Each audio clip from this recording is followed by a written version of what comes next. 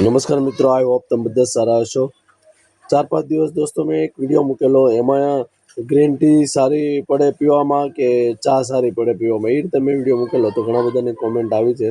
એમાં બધા green tea choice કરી છે કે ગ્રીન ટીની સારી પડે શરીરની અંદર અને બોડીની અંદર ગ્રીન ટી નુકસાન તો વધારે કરતી નથી। અને ઘણા લોકો એમ લખ્યું છે કે ભાઈ ચા પીવાથી આપણા જે જોઈન હોય એ વધારે દુખે છે, ચા વધારે નુકસાનકારક છે। પણ અમુક લોકોને ચામાં સારું પણ લાગે છે।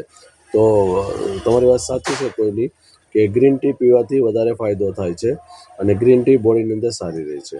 ચા છે પણ લિમિટમાં, નુકસાન વધારે પડતી ચા પીવાથી નુકસાનકારક છે। લિમિટમાં ચા પીવે તો પ્રોબ્લેમ આવતો નથી અને ગ્રીન ટી રેગ્યુલર પીવે તો એને ઘણો બધો બેનિફિટમાં થાય છે શરીર બોડીની અંદર।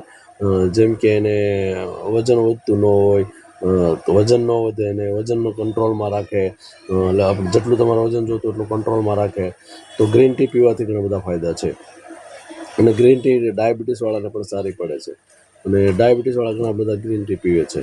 અને આ વિડીયો તમને મારો ગમ્યો હોય તો શેર કરજો, લાઈક કરજો, સબસ્ક્રાઈબ કરજો, કોમેન્ટ કરજો।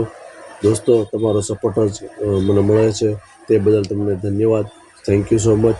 જય હિન્દ, બધાને બાપા સીતારામ।